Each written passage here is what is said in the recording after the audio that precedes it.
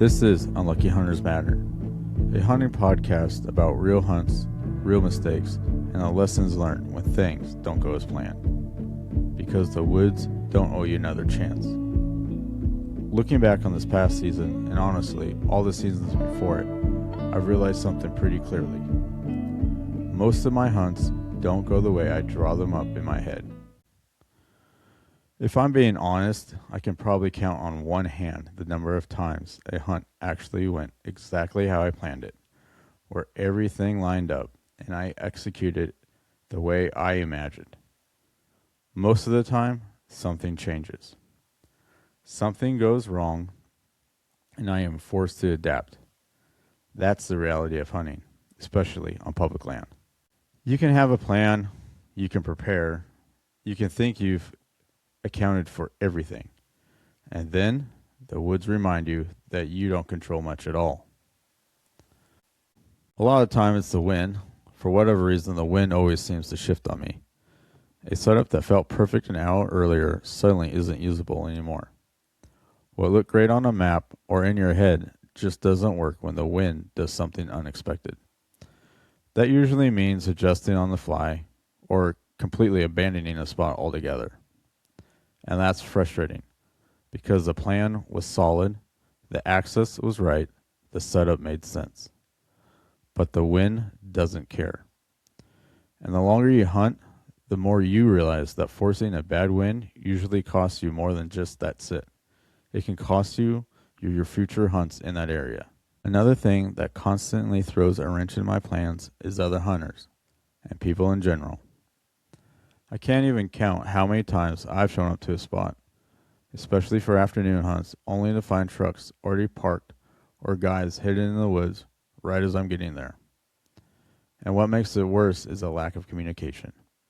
Nobody wants to talk. Nobody wants to say where they're headed or what direction they're hunting. Just enough to make sure we're not interfering with each other. Or worse, you're already set up and someone walks right through the area you're hunting. That's happened to me more than a few times over the past couple seasons. One situation really sticks out. Last year, I was hunting a bow-only public land spot early in the season. The area I normally hunted there hadn't been producing, so I decided to try a completely different spot one morning. On the walk-in, already after sunrise, I bumped into two bucks standing out in the open. They totally caught me off guard. Later that same morning, I watched a really nice buck back in the woods.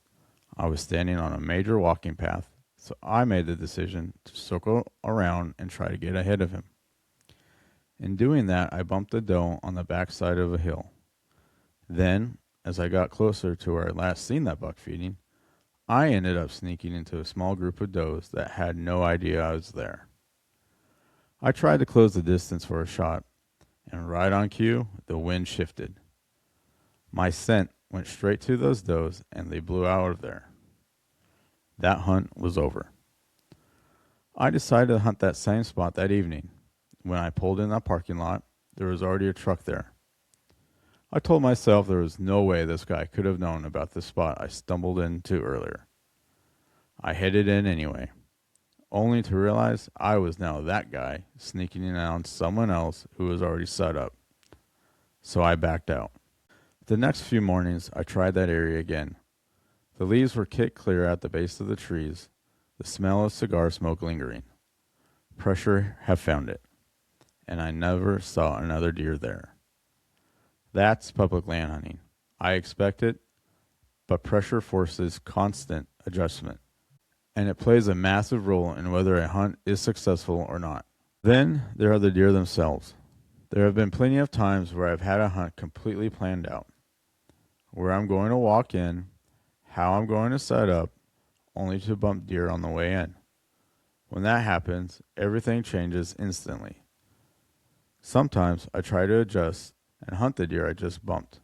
Other times, those deer blow out and take every other deer in the area with them. And just like that, the morning or evening hunt is over before it really started.